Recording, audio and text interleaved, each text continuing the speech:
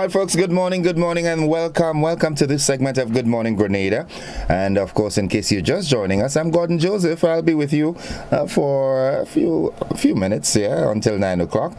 And of course, as we do every morning, we give you a new word that can strengthen and enhance your vocabulary. And this morning, it's no different. And the word we're looking at this morning, it's the word interlocutor. Interlocutor. And what it means, it is a formal word that means one who takes part in dialogue or conversation. One who takes part in dialogue or conversation. And it can be used in a sentence in this manner. It is crucial in our age of email scams to verify the validity of one's online interlocutors before sharing sensitive information. All right, it is spelled INTERLOCUTOR. Now, do not waste our time in preparing these things.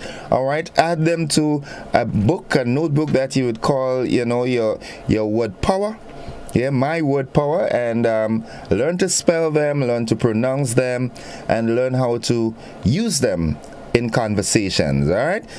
So that's the word for the day, interlocutor. And it means one who takes part in dialogue or conversation. And it can be used in a sentence in this way. It is crucial in our age of email scams to verify the validity of one's online interlocutors before sharing sensitive information. That's the word for the day. And let's now move to the thought for the day, reminding you that at the top of that's at 15 minutes on to 7 o'clock, we've got the AM edition of news, sports, and the weather. I like this one. This one ties in with what Joel said this morning, worrying about things and people and stuff like that. Listen to this one. It says, worrying does not take away tomorrow's troubles. No, it doesn't.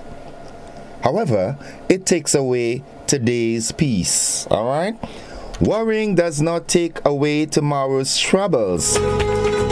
It takes away today's peace. I like this one. So many folks worry about, things that are not even happening as yet, things that, not here. You're just wondering, you're thinking too much. A lot of folks worrying about what happens to them when they retire. They don't have a good pension fund, and some folks worry about if they get on.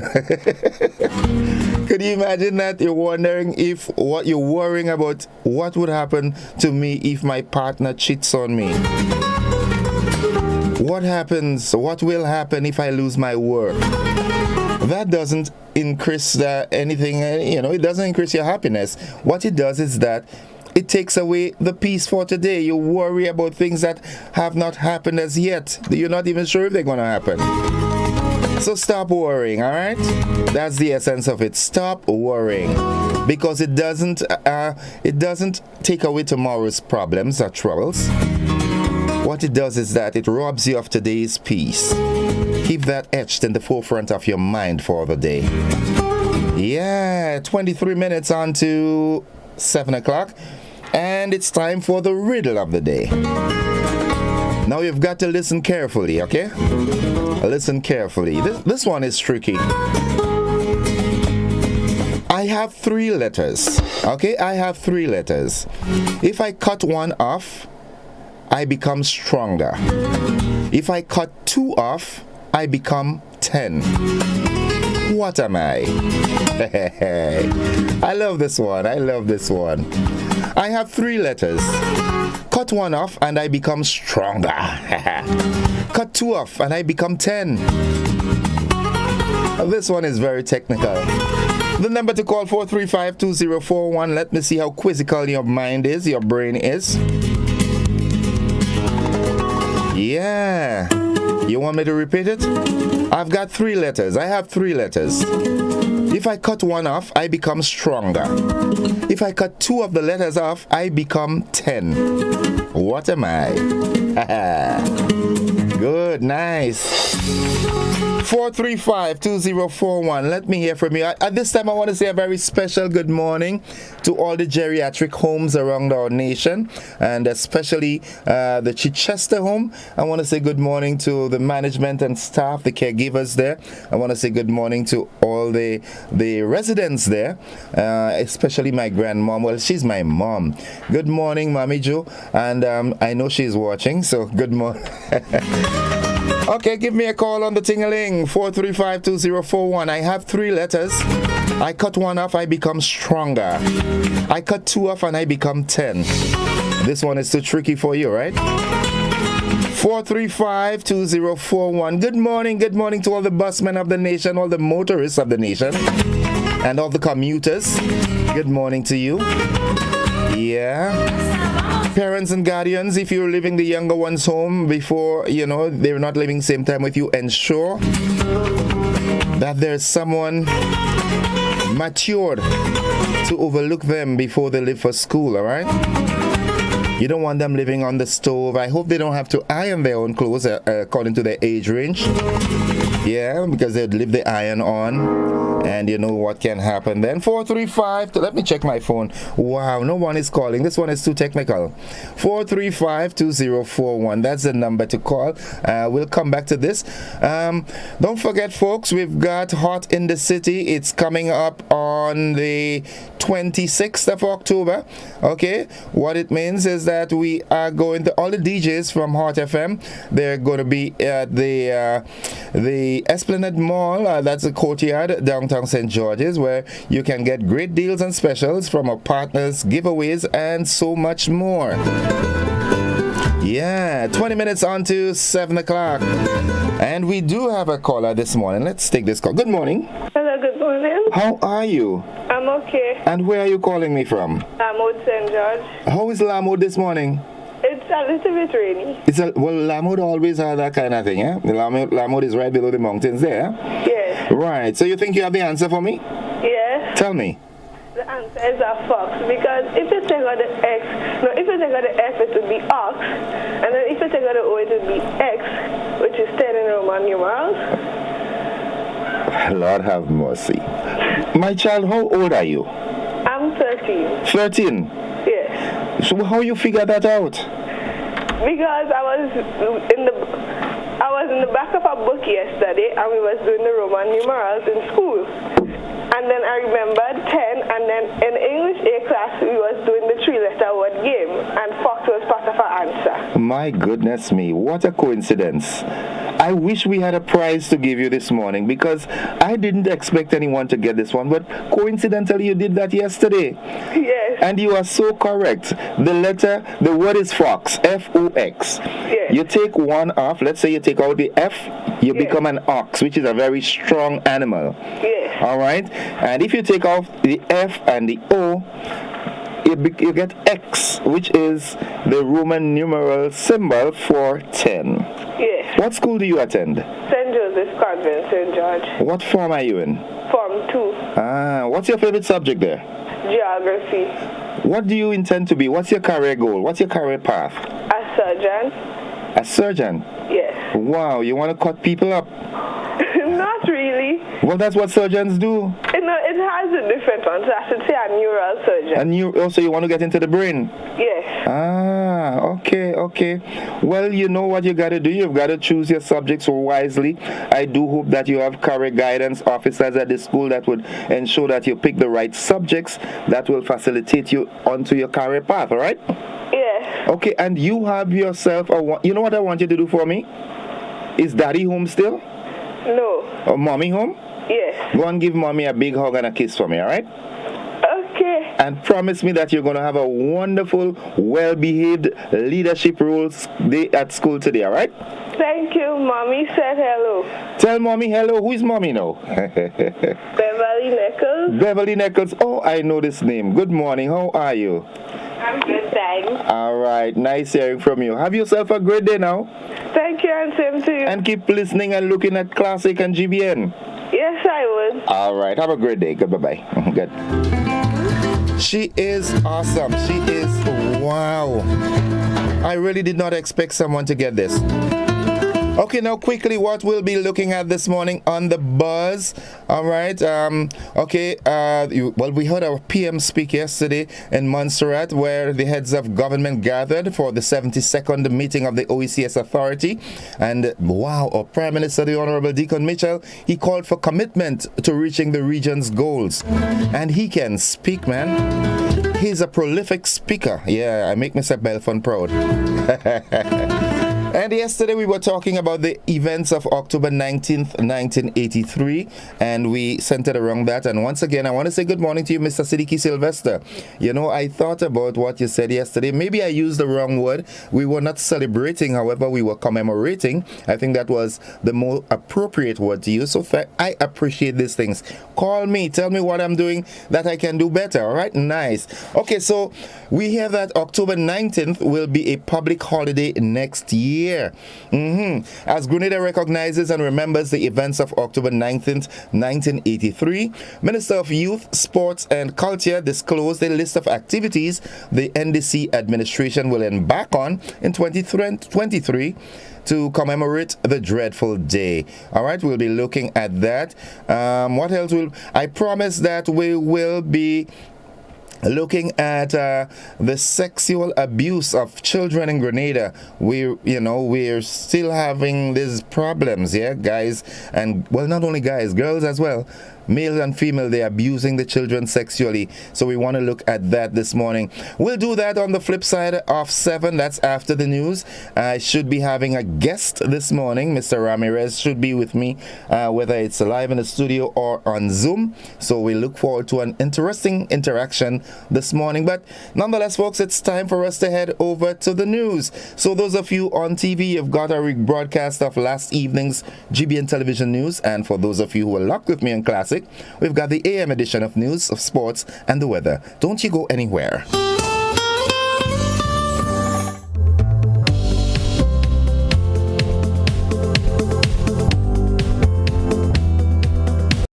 Solar lights are back in stock and will be available for purchase at Southern Electrical. Here is a list of the solar lights that we offer. 200 to 300 watt intelligent floodlights with camera, 300 to 500 watt solar street lights, 60, 100, 200 and 500 RGB solar floodlights, 100, 200, 300, 500 and 800 solar floodlights, solar garden lights, 25, 40, 60, 100 and 200 watt solar floodlights, 3, 7 and 10 watt solar wall lights, motion center garden lights, motion sensor floodlights, 30, 60 and 90 watt solar street lights with accessories, 5 watt solar wall lamps, 40 and 60 solar street lights, and 100 and 300 solar floodlights with battery power display. Now available at Southern Electrical, Dusty Highway, St. George. Visit our showroom today.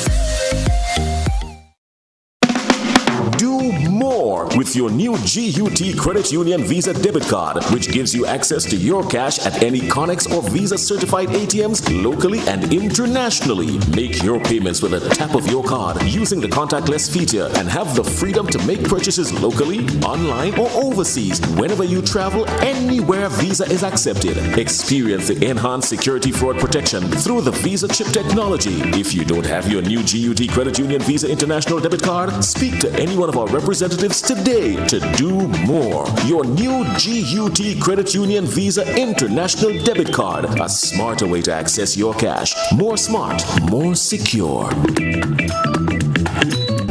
October 19th will be a public holiday next year as Grenada recognizes and remembers the events of October 19th, 1983. Minister of Youth, Sports and Culture disclosed a list of activities the NDC administration will embark on in 2023 to commemorate the dreadful day.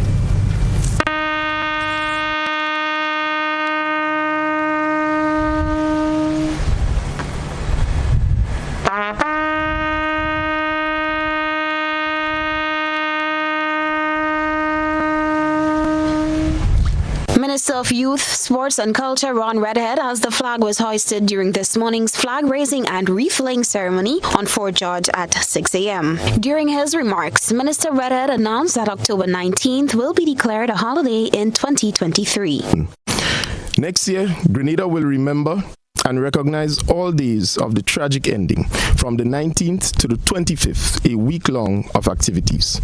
October 19th will be declared a holiday, and a special consideration will be given to developing our National Heroes Framework to designate a day entitled Morris Bishop Day, among others. He added the NDC government's plans to carry out a respectable burial for the fallen of October 19, 1983.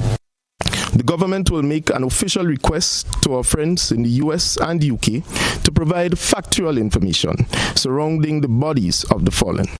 No government, no people, or system is so evil that it cannot give a respectable burial, even in ceremony, to our fallen Grenadian men and women leaders. A monument commemorating the lives of the deceased will also be erected as part of government's plans to teach the youth about Grenada's revolution. Grenada will erect a monument for peace for next year in recognition of the tragedy of '83, in keeping with the guidelines of monuments. It will incorporate the names of all Grenadians who lost their lives on the 19th. This monument, we believe, can be a symbol for peace and healing.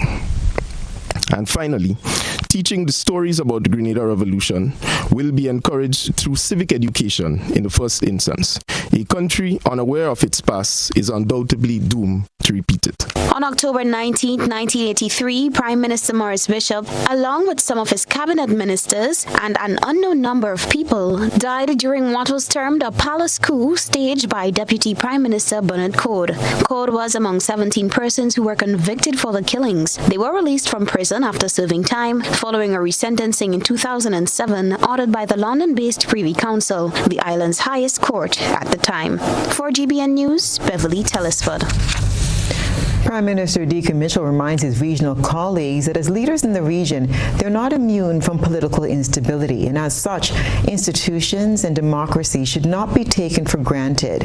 He made the statement in remembrance of October 19, 1983, and more recently, the assassination of Haiti's President, Jovenel Moïse. Today is the 19th of October, and 39 years ago, on the 19th of October 1983, the Prime Minister of Grenada, Morris Bishop, and senior members of his cabinet, including Eunice Whiteman, Norris Bain, and Jacqueline Creff, were assassinated. October 19th, 1983 is 39 years ago. And while Grenada and the OECS has made significant progress, there are still countries in the region which have had to face the horrific fact of another head of state being assassinated. And as we all were not so long ago, the president of Haiti was assassinated. And our colleagues, brothers and sisters in Haiti, are still reeling from the assassination of that president.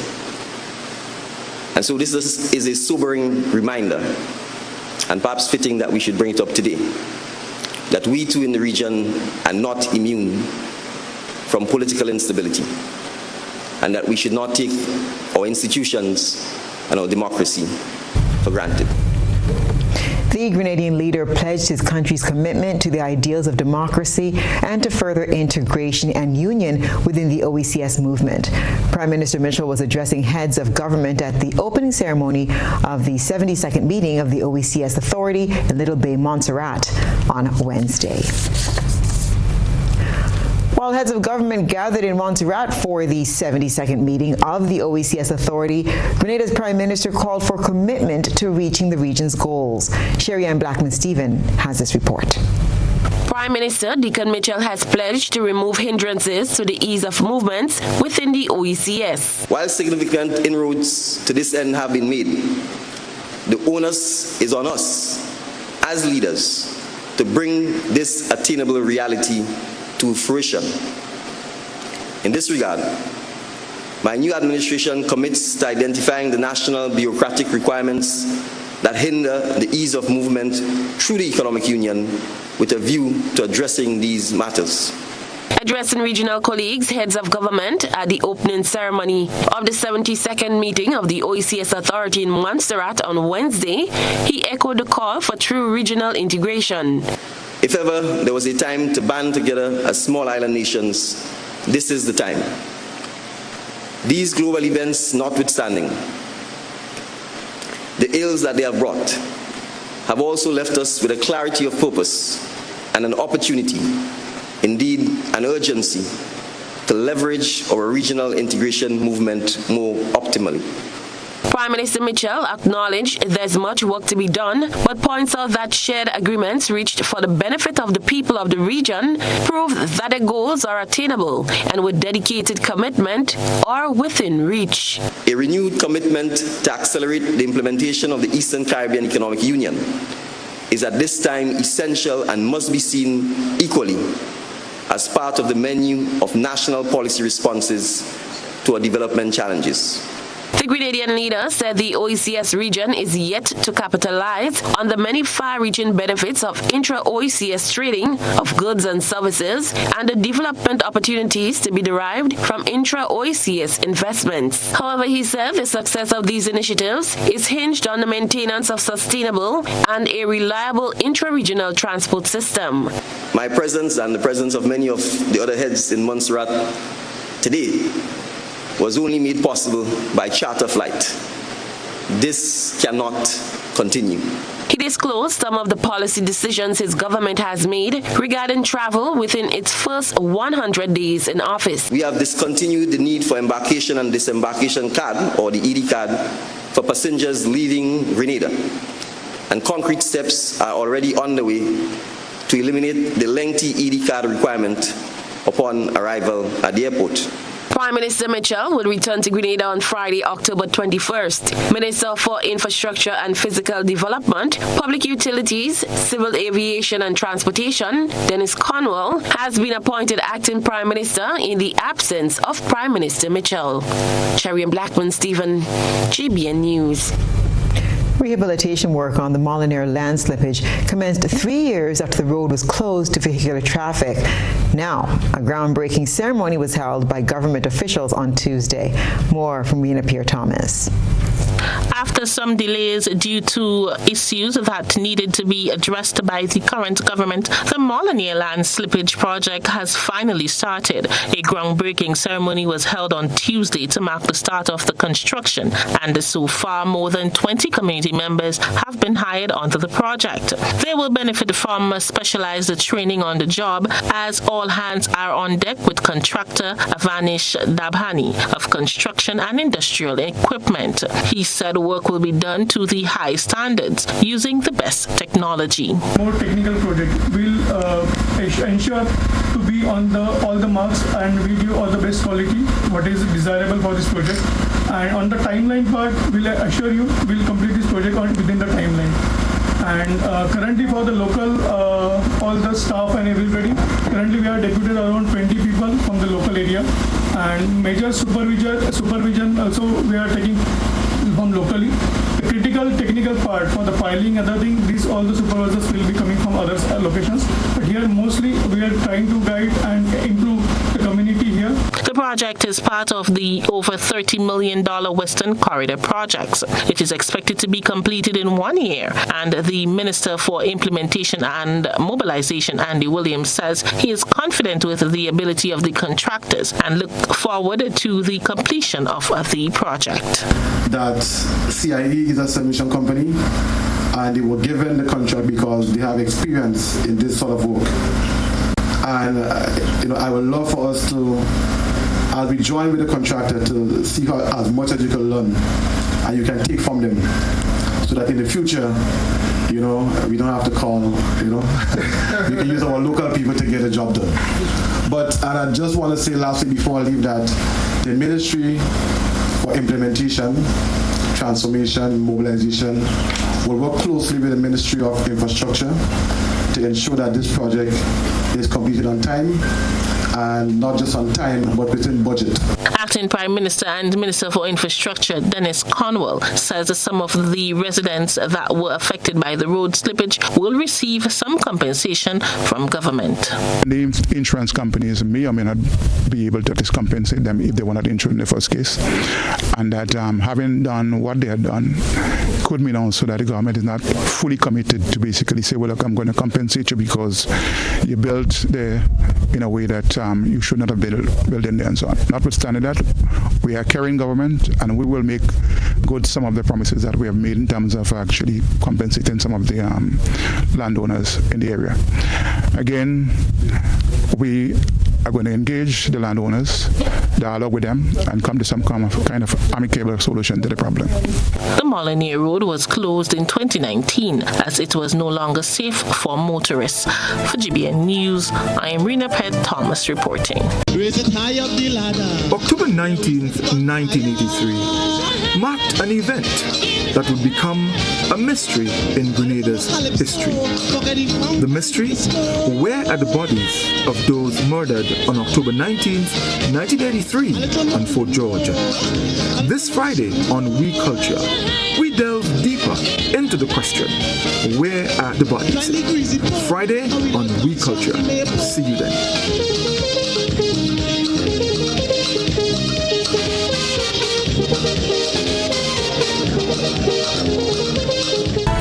Republic Bank is revolutionizing the local banking industry as it introduces some major changes from November the 1st as the financial institution converts its branch network to a new banking system. Gerard Joseph has that story. Come November 1st, customers will be able to seamlessly conduct business at all branches of Republic Bank, Grenada. This is as the Melville Street, Republic House, Grenville and Grove branches conform to the new banking system being installed. The transition introduces an international debit card for customers to shop online and pay for products and services via point-of-sale merchants. Not only that, our cards are contactless. So what does that mean? You do not have to swipe a card, you do not have to enter a PIN to do your transaction. All you do is tap the payment terminal. It's that easy. Other services you will see changes to are our ATM services. I just mentioned point of sale, and our upgraded mobile and internet banking. It will be expanded.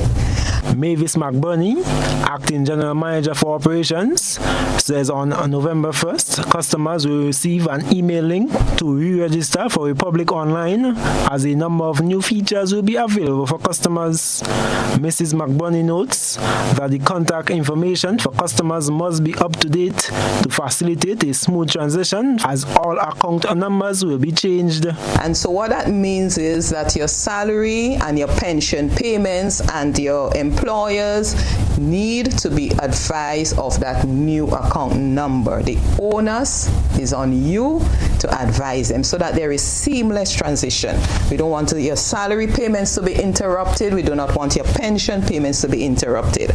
So as a matter of fact, anyone who frequently make payments to you, advise them of that new account number. It will be 12 digits. She impresses the need to collect international debit cards before November 1st as the ATM One card becomes obsolete. Manager for Commercial Credit, Devon Thornhill, says for business customers, it is critical to have the new account number and customer ID. Now, from November 1st, you will no longer be able to use your current checkbooks. These checkbooks which bear your old account number will become obsolete on October 31st. You are therefore required to collect your new checkbook at your branch. The bank will provide one free checkbook to each customer. Republic Bank is also introducing a new corporate internet banking platform with several new features, which include payroll support and transfers locally and regionally. The bank is encouraging employees to pay October salaries early to prevent delays to employees' wages, that is, on or before October 26th, to facilitate easy transactions. I am Gerard Joseph for GBN News. The Grenada Investment Development Corporation is charting the way forward by kicking off its 3-year strategic plan with key stakeholders. More in this report.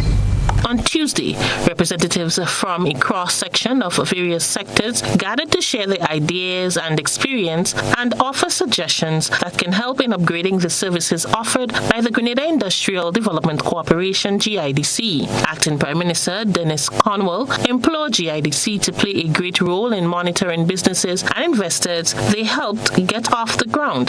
This is to ensure that they are up to standards and is serving the Grenadian population in the best way possible. I also know that IDC happens to be the investment arm of the government of Grenada, both for local and international businesses.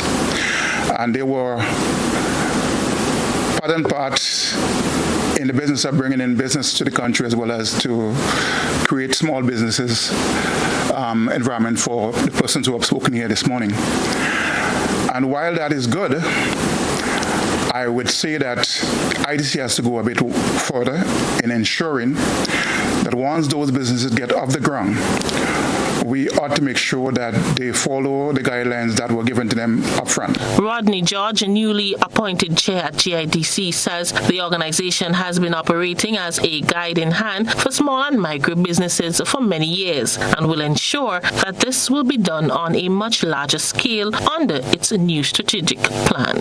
There are a lot of budding entrepreneurs out there with fire in their bellies, and all they need is a push across the finish line, a helping hand. And I think that is one of the roles that GID should be playing, to empower these entrepreneurs. And I know the PM is very passionate about that, about assisting, micro and small businesses to get there, open their businesses, and contribute to the society. Graham Williams of Renegade Rum and Kanisha Redhead of Canis Naturals, two beneficiaries of GIDC, spoke of the assistance they received from the corporation. With my family business, Westerhall Estate Limited, and its subsidiaries Island Ice Company and Umbrella Beach Bar, we have been able to benefit from many investment schemes managed by the corporation. I must commend the board of directors and the executive management for the growth and enhancement of this organization over the past 3 decades, as it has steadily improved in its ability to promote and develop tourism and the manufacturing sector on the island. You start things and you do not understand, especially if you're not in the business sector, what it takes to run a business. So I was guided to get my business name registered. I was guided to get my NIS number, to get my tax number. And these are things that when I speak to people who want to start any business, I always ask them to go sit down with the people at GIDC. The session took place at the Radisson Hotel. For GBN News, I am Rena Pett Thomas reporting. Affordable quality products delivered to you via Superb Service. We are Superb Distributors, wholesalers and authorized agents for trusted products you know and love, like Rika Juices, Pure Heaven products, Bibin diapers, New Bright laundry detergent, Allegra pasta, and more. Contact Superb Distributors at 435-2948 for superb quality and service.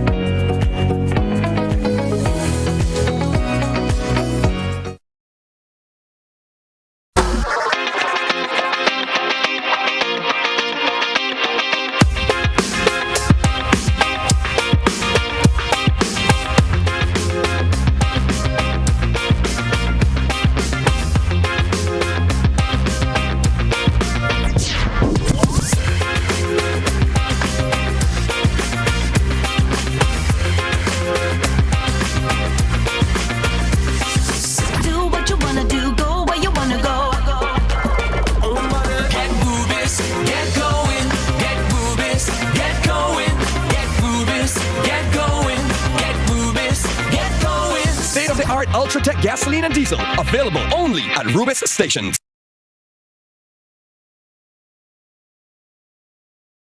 MegaFest 2022 Gospel Explosion is finally here. Join the youth of the Grenada Conference of Seventh-day Adventists under the green and white tent at Progress Park in St. Andrews from Sunday, October 9th to the 29th at 7 p.m. and continuing nightly for an electrifying evangelistic experience like no other. Come hear the ever-exhilarating Pastor Oliver Scott shatter the kingdom of darkness with thundering messages from the Word of God. If you ever needed the Lord before, we sure do need Him now. Come find hope in the midst of your pain. See you there.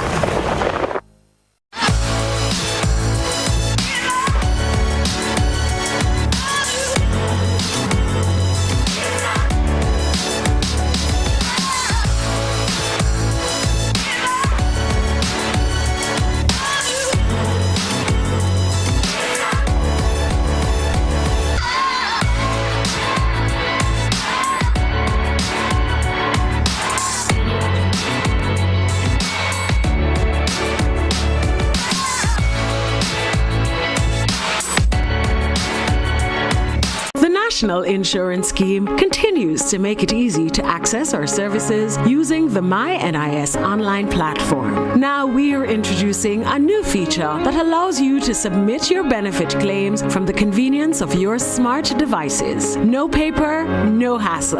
All you have to do is log in to my.nisgrenada.org. Select claims, fill out the relevant information, and click submit. We'll take it from there. It's that simple and that easy. Submit a claim from the comfort of your home as you rest and recuperate. Enjoy the convenience of faster claim processing and monitor the status of your claim every step of the way. We are excited to introduce this new feature to better serve you. NIS is changing the game and the way you make your claim. Access anywhere and anytime with MyNIS Online. October 19th, 1983 marked an event that would become a mystery in Grenada's history. The mystery, where are the bodies of those murdered on October 19th, 1983 on Fort George? This Friday on We Culture, we delve deeper into the question, where are the bodies? Friday on We Culture. See you then.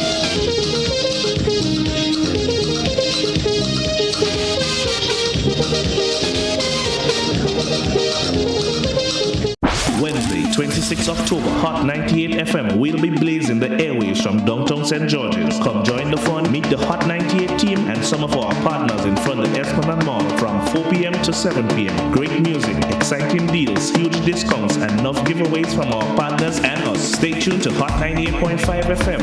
Like and follow our social media pages to find out more about Hot in the City. We will be coming to a city near you. Mark the date, Wednesday, October 26th. Hot in the City. Hot in the City. This is why I'm hot. This is why I'm hot.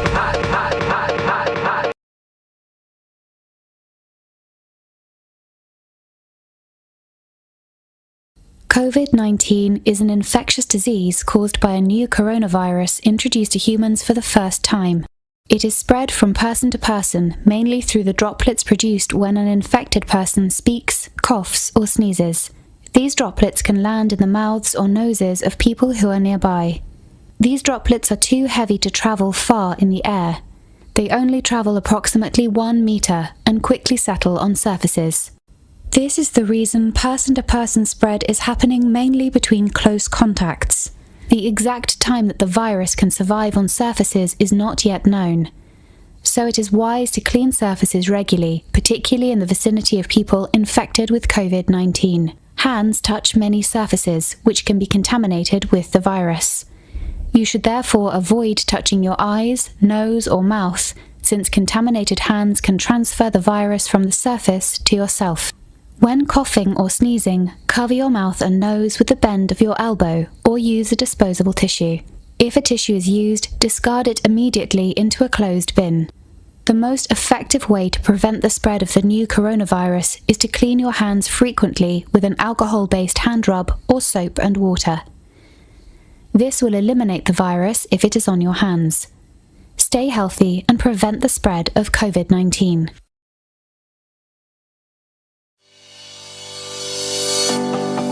You know, one day I woke up and, you know, they painted a set of pedestrian crossing all along the streets. You know, nobody told us how to use that thing properly. I know how. You're serious? Every safe, good driver knows about these things. As a driver, you have to be very attentive. You know you're coming up close to a pedestrian cross, you start slowing down immediately, looking to see if there's any pedestrian on the side getting ready to cross. If there is, you stop on the line that is a certain distance before the crosswalk. Then you would see the pedestrian put their hands out, looking directly at you, indicating that they are going to cross.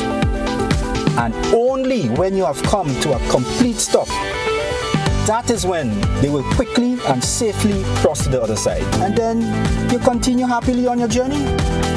Stop, look, hand out, eye contact, wait for pedestrian to cross. Then you happily continue on your journey. This message is brought to you by this group of insurance companies, the Traffic Advisory Body, and the Traffic Department.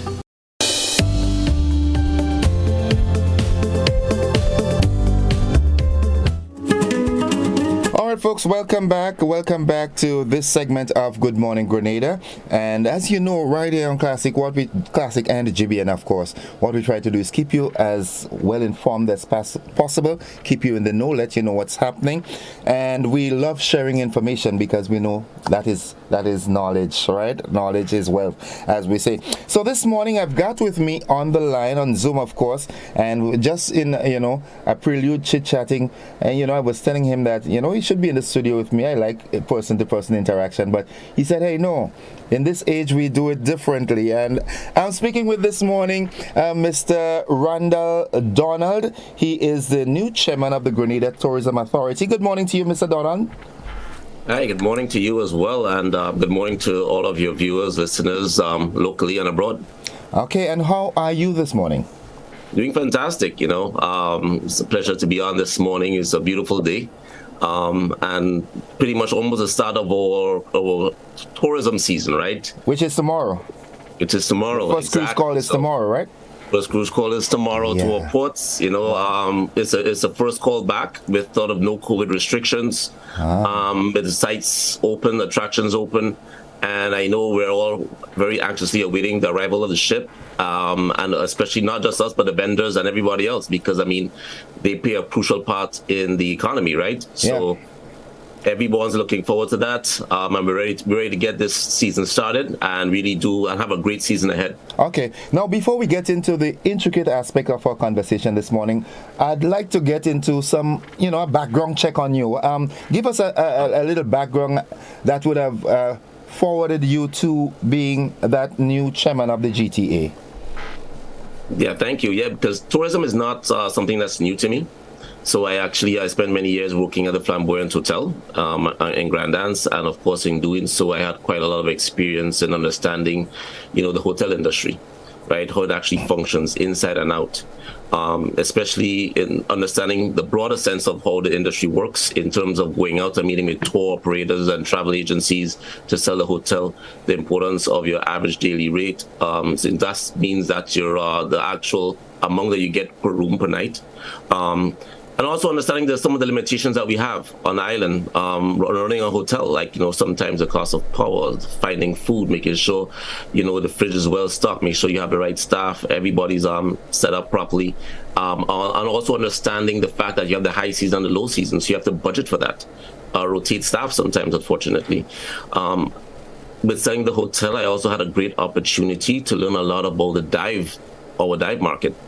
So I partnered with a dive site that was on the property, and I learned everything about our diving that Grenada has to offer. We're known as the wreck capital of the Caribbean, and we have a lot of great reef diving as well, and we have a fantastic sculpture park. So I was able to go out there and talk to a lot of the dive tour operators who would send a lot of groups to Grenada as well, and was very successful in doing so. Of course, my family did invest in tourism and the Spice Basket as well, and that also exposed me to the cruise ship aspect of tourism. So I was actually out there to many trade shows, interacting with cruise ship executives, understanding that market and the dynamics of it, how it works, and why it works the way it does. And also in doing so, that in the Spice Basket, we learned a lot more of the culture part of tourism. We curated the 2 museums, right? One being the West Indies the West Indies Museum, the Cricket Museum, and as well as understanding the cultural aspect, because I guess Spice Basket was a home of culture. We sort of honed in on understanding and exporting our culture. How do we present it and showcase it in its best light? In also doing so, culinary also ties in. So a lot of it was around the aspect of food. And how do we, again, bring that to our foreigners and share that with them? So I really started off, I think, with a good, rounded sense of the industry. And also I served on the board of directors for the GBT, the Grenada Board of Tourism, very briefly as well. Okay. Well, it seems like you had a premonition that this position was coming, so you armed yourself properly. That's wisdom. Well, I think that I was very happy to accept this opportunity, because it's different now, looking at it from the public sector, right? You're running a statutory board, the marketing arm of Grenada. And it's very important to the country, because coming from the private sector, you would see all of the different challenges and sometimes the frustrations that come with those challenges. So I understand when, the hoteliers speak to me or different persons from the sector speak to me, I understand their challenges because I've once been there. And now I have a chance, with this new government, or the sort of the transformation agenda, that we want to actually move the industry forward. And it's sort of my job and my passion to undo some of the roadblocks that were traditionally there and work along with the sector, hand in hand, because we cannot work in a silo. It can't be GTA here and other sectors and other stakeholders over here. We have to do this together, because this is our country, it's our product, and we have to develop it together. So I am happy to collaborate with them, work with them to ensure that they have exactly what they need, understand, and get their feedback as well as to what initiatives we should take, and let's do it together, right? So that's a sort of the premise for going forward. Okay, now getting into the gist of it. We're just coming off, we still have COVID here, but the restrictions have been lifted somewhat. 2 years, the tourism, the cruise industry was at a lull. What are some of the challenges you see going forward with this new season that opens tomorrow? Well, I think there's not so much challenges, but opportunity. And I think that's what is sort of the focus right now. At the end of the day, the cruise ship sector, for example, they want to safeguard their investment, right? Their reputation. So they're that's the last place or the last sector that want to have any issues with COVID. So I know that they want to make sure that everyone might be vaccinated to come on board or tested, and make sure that they have strict sort of guidelines in place to ensure that their guests are protected. Because the last thing they need is a sort of a PR nightmare. And at the same time, the destination, holistically, we've dropped sort of all COVID restrictions as well. COVID is a disease that was going to be around. I think that we have to understand how to learn to sort of live with it and navigate through it. I think from the lockdowns that we've had previously, we've been exhausted from them. People want to get out there. People want to work. People want to make money and put food on the table at the end of the day. Now, of course, our healthcare we cannot just turn a blind eye to it. We always have to be mindful that we have to be safe and do it safely. So, anyone who might be immunocompromised, of course, wear a mask. If you feel comfortable, have practice some sort of social distancing if you would like. But at the same time, I think the economy is generally ready. We're open and ready for business and ready to get a lot of the revenue from the cruise ship sector coming in and contributing to our GDP. Okay.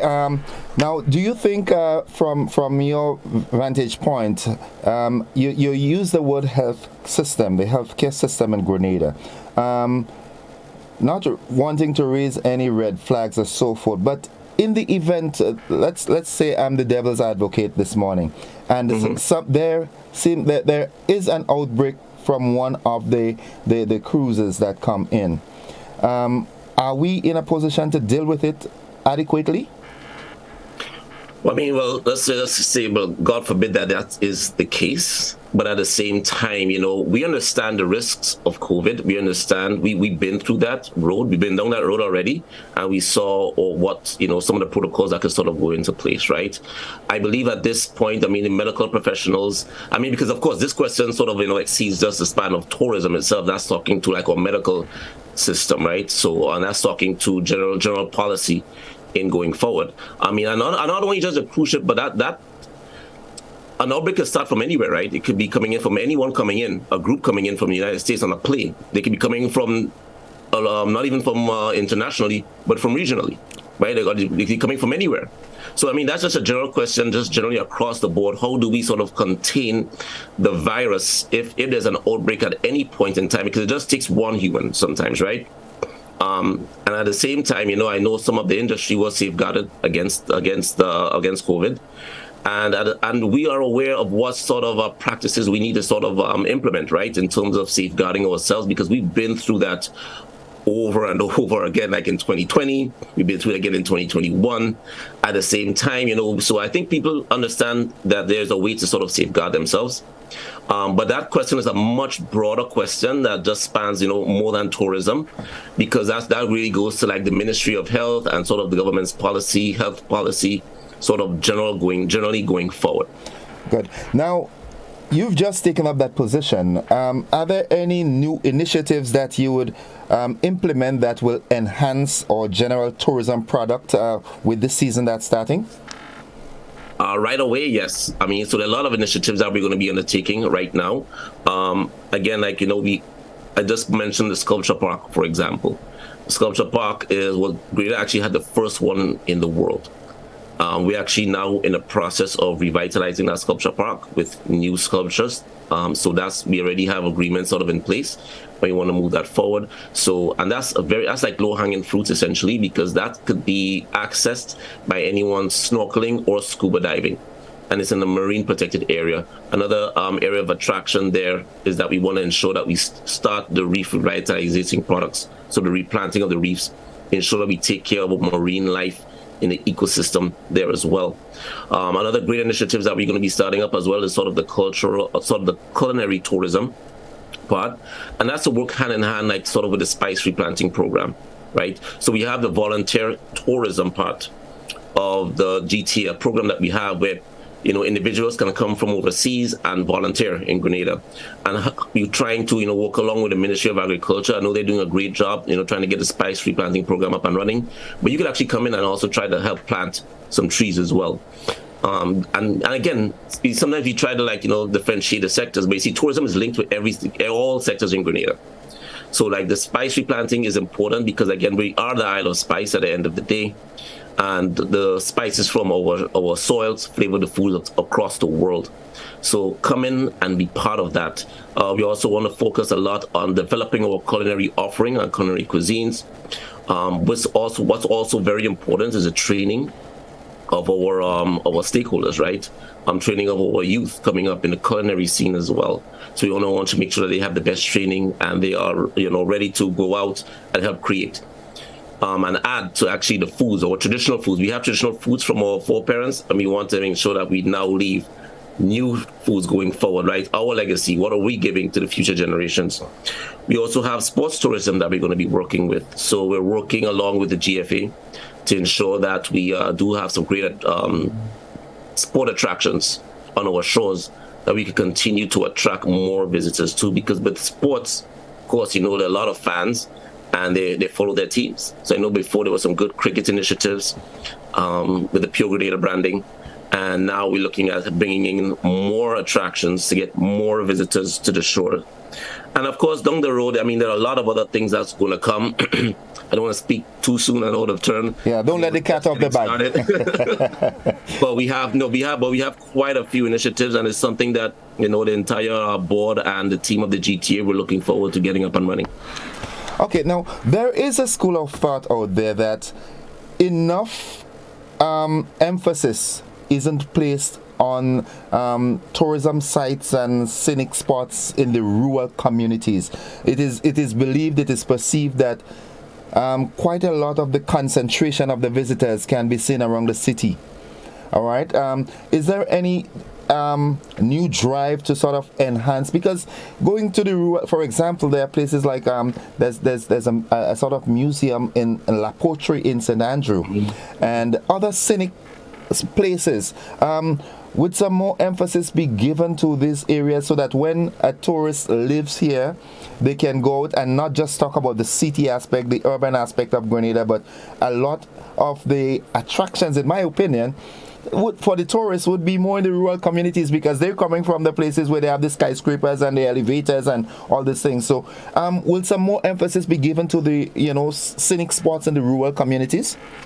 Well, I mean, not just the scenic spots in the rural communities, but I mean some of the attractions in the town itself, like the forts, right?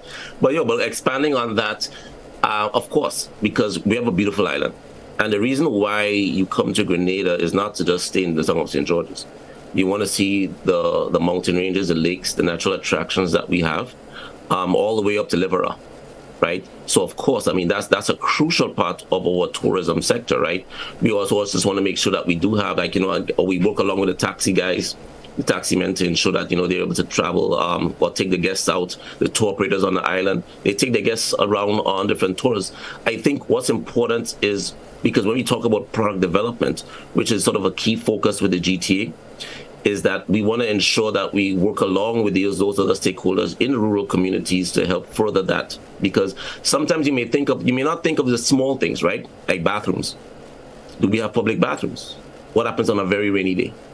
Are the guests able to access that? Is it wheelchair accessible? Do they have adequate? Are they able to accommodate more than 30 guests? So if a bus pulls up, how would you be able to address all of these guests? Would they be comfortably addressed or dealt with in a manner that would be create a great experience for them, right? We're not too overwhelmed. So the little mindful things that we have to sort of be mindful about when we're also attracting large volumes of visitors. And it's something that we actually want to work along with our stakeholders with. Because if we have a better product on Grenada and more of the visitors go back, they rave about it, we have a better product to overall sell. It's a sort of natural marketing.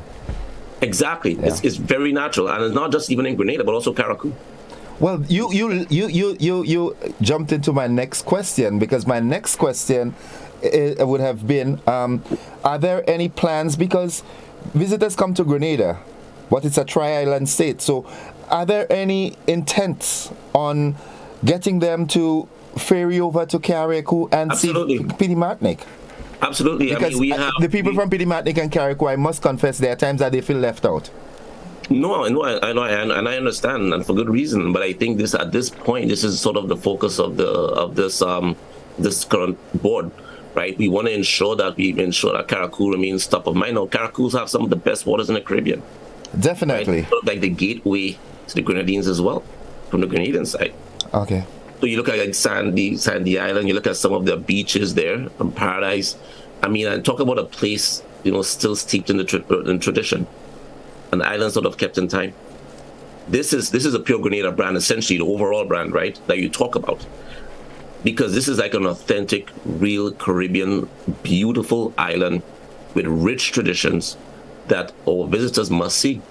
No, we have to also ensure that, we have that airline service running between the countries, as well as on the Osprey, and create different initiatives. I know we have been trying to push that and create initiatives where you get a lot of the guests heading up there. But Carriacou is a precious gem. Carriacou and Petite Martinique, they both are precious gems. Such beautiful islands. And it's unique that you see a product like Grenada that offers those smaller islands like that with that sort of high level of authenticity. And that's what people like about Grenada. That's why, you decide to come to Grenada, because you're a visitor that's traveling off of the beaten path. You've been to all of the mass market destinations. This is a boutique destination. Now, granted, sometimes you may say, well, why is the price higher? Because you're not going to a mass market like some of the other destinations where it's like 1,000 hotel rooms in one hotel, for example, and you just feel like you're just one of many. Grenada, every visitor sort of feels like, you're unique. Because at the same time, you come to Grandans Beach or you go up to Carriacou, you're on Sandy Island, sometimes you have the beach for yourself, depending on the time of year. And that's something that most other places sometimes cannot offer. So we have a lot of work to do there, and we have to, of course, make sure that they're included, the rural communities are included, but we also have to develop it together, right? Where we ensure that guest experience also remains high, and we really deliver the best services to them. Now, having said that, I am hoping that engagements would be had with the agricultural sector. Well, you hinted that before, but to ensure that we maximize the intrinsic value of each visitor. So when they would have left here, they would have touched some of our local produces, the cultural aspects, and partnering, for example, with the entertainment sector. Stimulating the artists to have, you go to Trinidad, you go to Barbados, you go to some of the regional islands, and at the airports you can find local artists' music and work being offered, but I'm not seeing that in Grenada. So I think it's a holistic approach that has to be taken, so that everybody combined become part of that total tourism product. Well, that's the idea, right? Because remember, with me talking tourism, our lifestyle, our culture is a product, right? So what we're doing here, this is tourism. Us walking the street, going about our daily lives, creating culture. That's tourism. That's what people are traveling to see. They're leaving the big cities where they are, or the cold climates, to come to Grenada and experience part of our life, our lifestyle, and our scenic beauty as well. And so it's not just always the beaches alone, but how do we live? How do we eat? How do we entertain ourselves, right? So that's touching on like Carnival, for example, how we entertain ourselves. How do we recreate, right? Recreation is thought about like having a cook, if like authentic oil down cook or whatever that you want to sort of, expose them to, right? And then you talk about how do we live really as a people. You talk about Grenadian hospitality, second to none in the region. And it's almost zero crime rate. And exactly, the other part of that is a zero crime rate, right? We're very respectable people. We respect each other, and also we have to extend that sort of courtesy to the guests, respect them. But the whole idea is everything that we do has to sort of contribute, and it contributes one way or another to the product. So sometimes you also want to ensure that not everything could be sort of initiated by a statutory body, but a lot of private sector initiatives. But what a statutory body can do is ensure that we sort of have more people coming in and we start creating that sort of economic opportunity for you to capitalize on. So the artists coming in now, you have more visitors that you can sell your music to. You have more people that you can have exposure to, right? And again, when I also talk about visitors coming in, I think that we also sometimes forget about the diaspora. Because if you look at even the numbers from this year as well, a lot of people coming in from the diaspora. The diaspora has always showed up our economy, one way or the other. So a lot of visitors coming back and spending a lot of money and engaging with our culture is the diaspora and friends of the diaspora. People traveling in from North America or from Europe. Grenadians living abroad. So, and that's all part of sort of the overall tourism product, right? Because, of course, they're coming in and contributing using the airlift and spending monies at bars, restaurants, etc. So the whole thing has to be a collective effort overall. But what's important with the GTA, again, is to create that opportunity to drive economic activity that filters all the way down to the everyday person. All right. In the interest of time, I now want to make the persons who are directly involved in the tourism product, the vendors and tour operators, the taxi drivers and so forth, I want you to give us an idea as to how heavy our tourism season will be this year, expectant visitors and so forth. Well, I think we're looking up, right? And at this day, we are looking up. And we have a lot to be excited about. We have quite a few inaugural cruise calls coming in from different ships that will be visiting our shores for the first time. We're doing everything that we can to continue to drive those numbers up. What's very encouraging is that our airlift capacity right now for internationally is increasing. So, for example, we have a big the end of the month, the next couple of weeks actually is going to be pretty significant for us because we have British Airways with a third flight coming in, and that's the first time Grenada has ever had a third flight.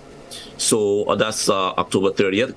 we have BA to the flight starting.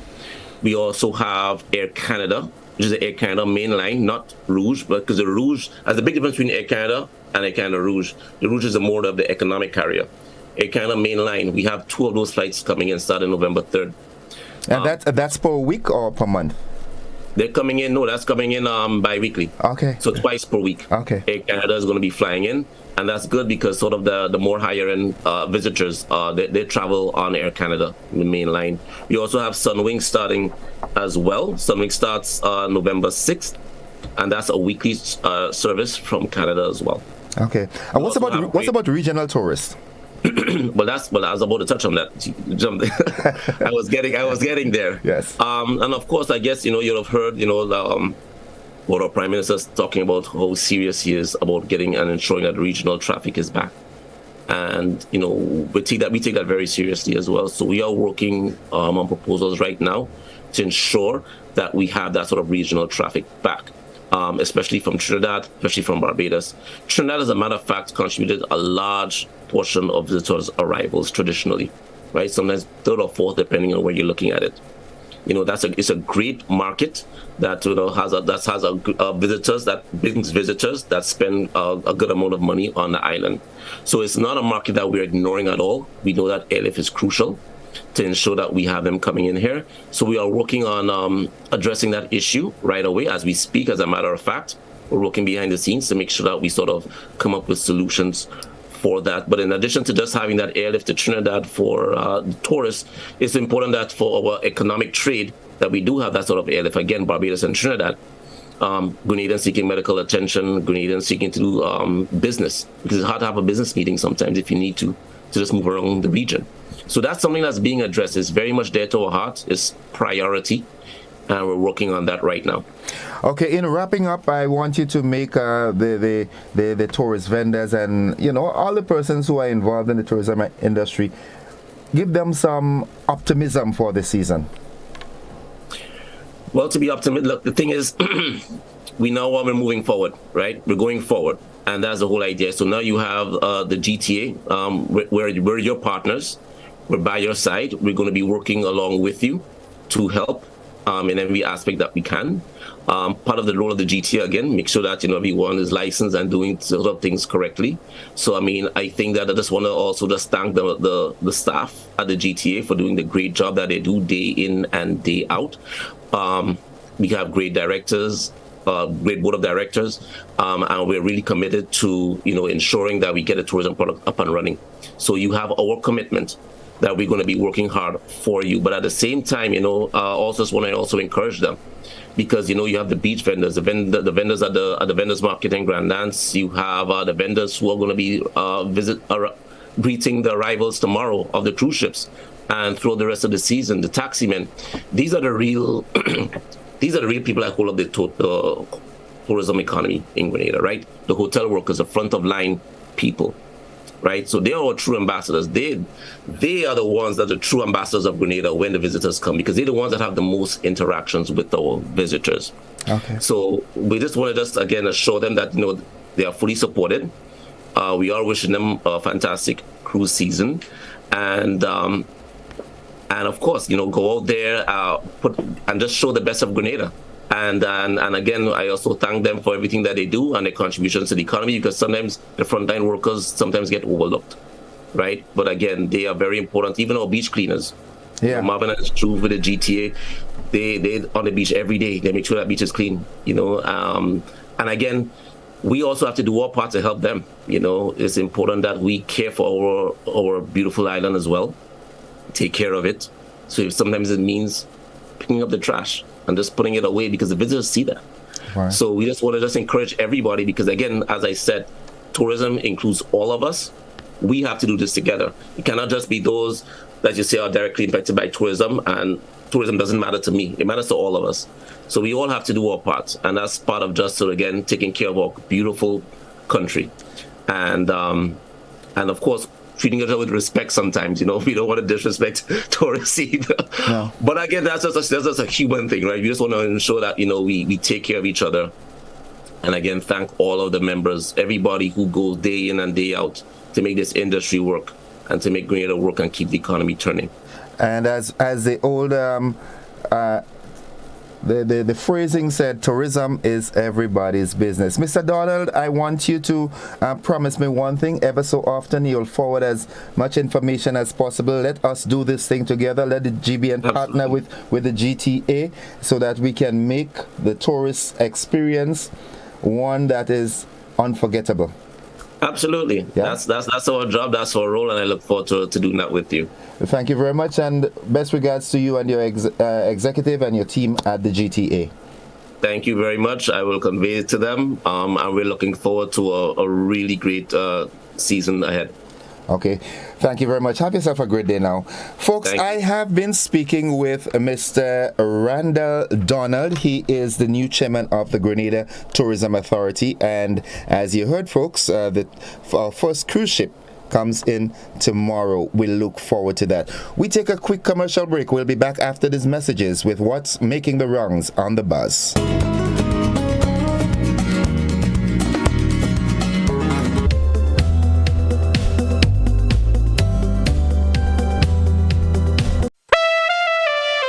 Asked for it, and now it's here. The NLA announces its new mid-morning draw, commencing September 30th at 9:45 a.m. Yes, you heard right. Draws for Pick 3, Cash 4, and Playway will now be conducted 3 times daily at 9:45 a.m., 12:45 p.m., and 7:45 p.m., Monday to Friday. The Saturday draws remains twice daily. And that's not all. Simply place your non-winning Cash 4, Pick 3, and Playway tickets valued at least $10 from a single purchase in the NLA branded box at your favorite sales location for chances to win 10 prizes of $1,000 each. Whoa! $10,000 is up for winnings. Compliments the NLA. Be sure to write your name, address, and contact info on your entries before submitting. Promotion runs from September 30th to October 28th and would be drawn on Friday, November 4th, 2022. NLA, making your dreams a reality while supporting sports, culture, and nation building. Must be 18 or older to participate. Terms and conditions apply. See stores for details. It's Soca Parang Indie Basket, the Spice Basket. Saturday, 5th November, featuring from Trinidad, Scrunta, Baron, Marcia Miranda. Darling, look, it's Christmas, a special time of year. From Grenada, Carriacou String Band, Lay.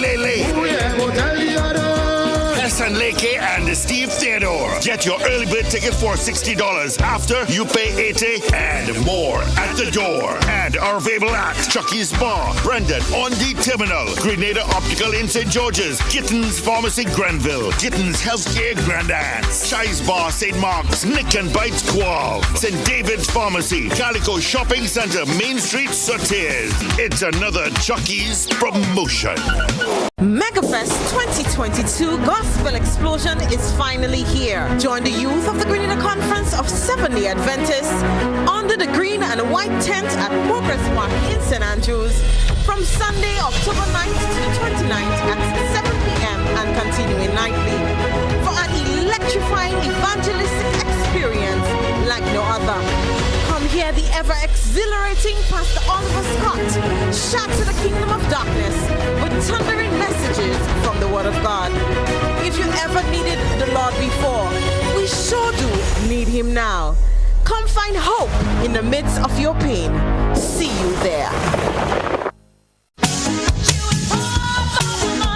A whole new level of convenience and comfort awaits you when you shop at Rise and Shine Supermarket and Hardware Supplies, Griffin Lane, Grenville.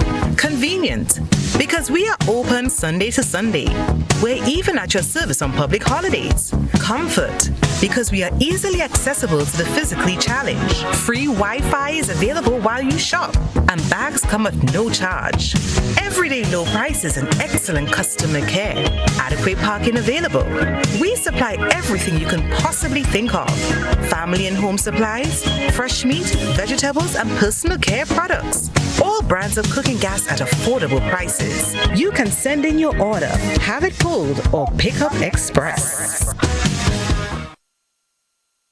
Total is one of the world's largest oil companies with a top quality line of lubricants. Total Lubricants has a full product line from passenger cars, motorcycle, heavy industrial equipment, mining, trucking, agriculture, and manufacturing machines and vehicles. Total Lubricants, winning championships in motorsports, including Formula One and World Rally Championships. Total Lubricants are available at all Rubis service stations, leading automotive shops, and distributed by Huggins. 5 things you need to know about self-isolation. Stay home. If you are told to self-isolate, it means staying at home, not going to work, school, or other public places, and you should not have any visitors. Separate yourself. If you live with others, then you need to stay in a well-ventilated bedroom with the doors shut. If you have to share a bathroom, then use it after everyone else. Don't share towels and toiletries, as this may put others at risk. Call ahead. If you develop symptoms such as a fever or cough, then seek advice first by calling the Ministry of Health's hotline at 538-4787 or 458-4787.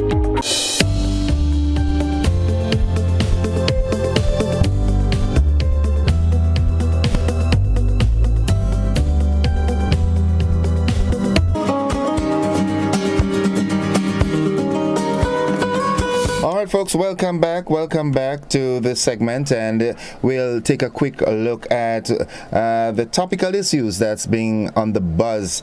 Alright, yesterday we talked extensively on the events of October 1983, and this morning we're hearing that October 19th will be a public holiday next year.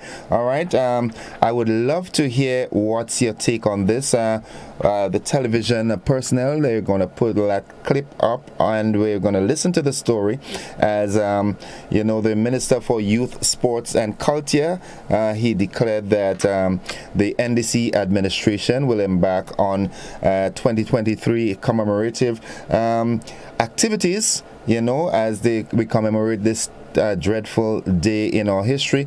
That period, October 19th to the 25th, 1983. We are hearing now that Grenada will be observing that date next year, the 19th of October, as a public holiday. We know previously it was held on the 25th, so I do not know if the 25th will be held as a public holiday as well, or if it has been rescheduled to the 19th. We look forward to hear your comments on this. So give us a call, 435-2041. That's what we will be talking about briefly this morning. I think it's significant. I remembered yesterday, I attested to the fact that I think that the 19th should be a holiday, and here we're having it. Quite a number of callers yesterday, suggested the same thing. So let's hear your take on this. It's 435-2041. That's the number to call. Just taking a quick look at what.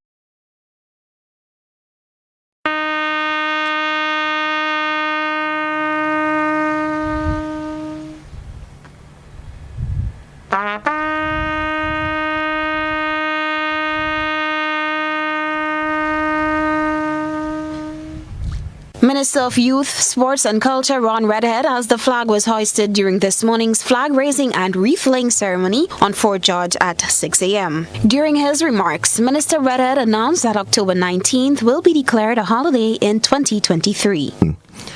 Next year, Grenada will remember and recognize all days of the tragic ending, from the 19th to the 25th, a week long of activities. October 19th will be declared a holiday, and a special consideration will be given to developing our National Heroes Framework to designate a day entitled Maurice Bishop Day, among others. He added the NDC government's plans to carry out a respectable burial for the fallen of October 19th, 1983. The government will make an official request to our friends in the US and UK to provide factual information surrounding the bodies of the fallen. No government, no people or system is so evil that it cannot give a respectable burial, even in ceremony, to our fallen Grenadian men and women leaders. A monument commemorating the lives of the deceased will also be erected as part of government's plans to teach the youth about Grenada's revolution. Grenada will erect a monument for peace for next year in recognition of the tragedy of 83, in keeping with the guidelines of monuments. It will incorporate the names of all Grenadians who lost their lives on the 19th. This monument, we believe, can be a symbol for peace and healing. And finally, teaching the stories about the Grenada Revolution will be encouraged through civic education in the first instance. A country unaware of its past is undoubtedly doomed to repeat it. On October 19, 1983, Prime Minister Maurice Bishop, along with some of his cabinet ministers and an unknown number of people, died during what was termed a palace coup staged by Deputy Prime Minister Bernard Coad. Coad was among 17 persons who were convicted for the killings. They were released from prison after serving time, following a resentencing in 2007 ordered by the London-based Privy Council, the island's highest court at the time. For GBN News, Beverly Telesford. All right, folks, you heard it there. And like I said, we go to the telephone line. I think we've got a caller on the line. Good morning, caller. Good morning, Mr. Innocent. How you do? I am fine. How are you? I'm very well, thanks. I'm happy to see you come back with us. I'm hearing your voice and seeing you. I thought you went to Cuba. No. Or China. I missed the flight. All right.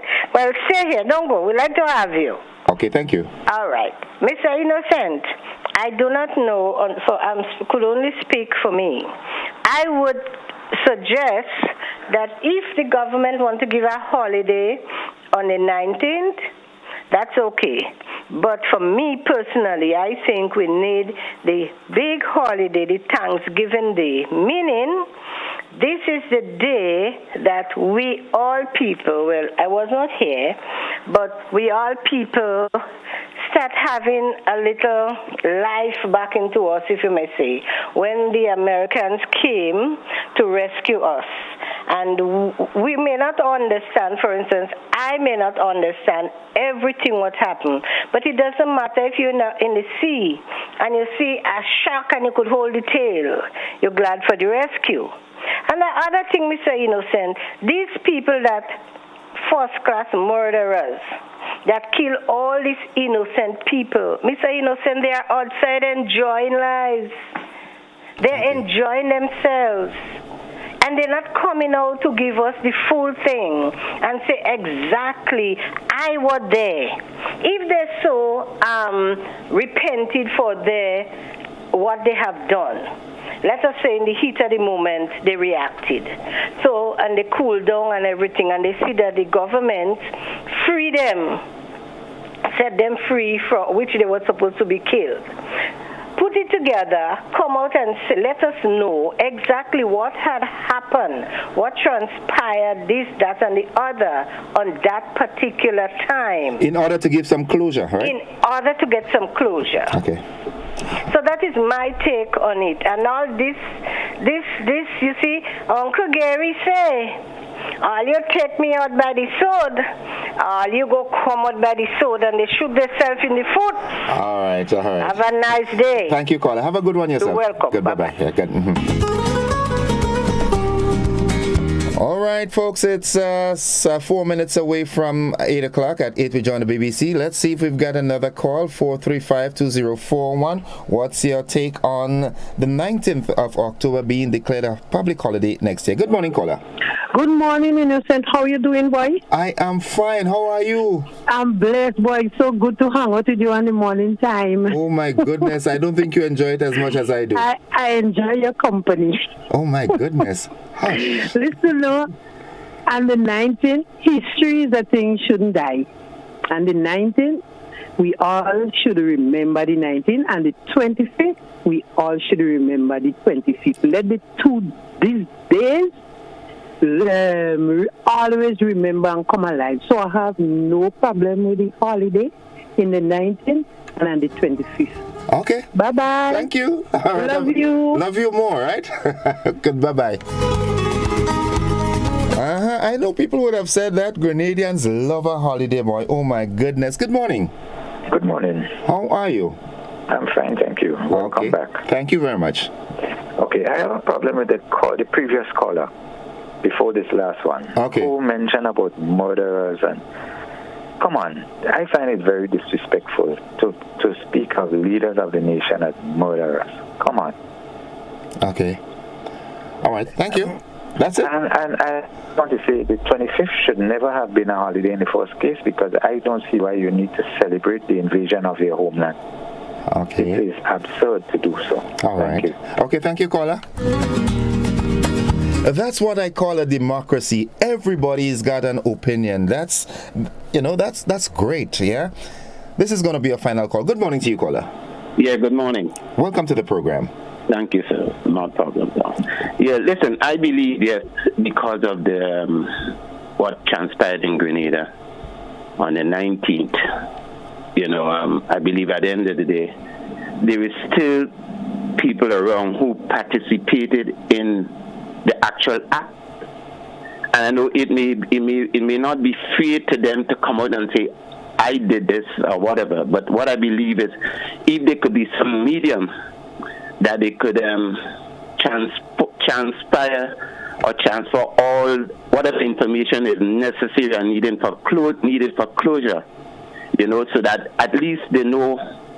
You don't have to know who actually killed them. Who pulled the trigger? But you know, and the most important thing though is to know what was done with the bodies. All right. Whether the bodies were burnt or buried, whatever, were extradited to the United States or whatever. That I believe at least, and if there is a specific place in Grenada where these bodies were disposed of, that exact area should be a sacred place where you have like a monument where you put the writing up of the history, and you could make it for people who are interested in the history of Grenada could actually go to that place. In essence, it could also tie into the previous conversation we had with the gentleman this morning. It could be a tourism site. It could be a tourism site because a lot of people go to different countries. Even me, when I go to the UK, I go to see what happened in Wales and them sort of places. And the people who were shot people when they were all the fighting between each other. But they have a lot of things there that can tell you what went on even before I was ever born. Okay. So at the end of the day, we could do that here for the generations to come. All right. They can go and read the history of things that happened in Grenada that will be satisfying to them, that they know what happened, and something that they may never want to have something like that happen again in a nice, beautiful place like Grenada again. Okay, thank you very much, caller. Sorry to have to cut you short, but I've got to wrap it up because we've got to join the BBC. But thank you very much for your input, right? No problem. And you have a great day. You too. Good, bye-bye. All right, folks, this is where we wrap it up for this morning with the conversation, what's on the buzz. And thanks once again to Mr. Randall Donald for sharing with us the plans and so forth of the Grenada Tourism Authority this morning. That's where we wrap it up. Those of you on TV, well, get back to GBN TV programming. But those of you who are on Classic, you're locked with me for another hour or so. So thank you for being a part of the program. We join the BBC momentarily.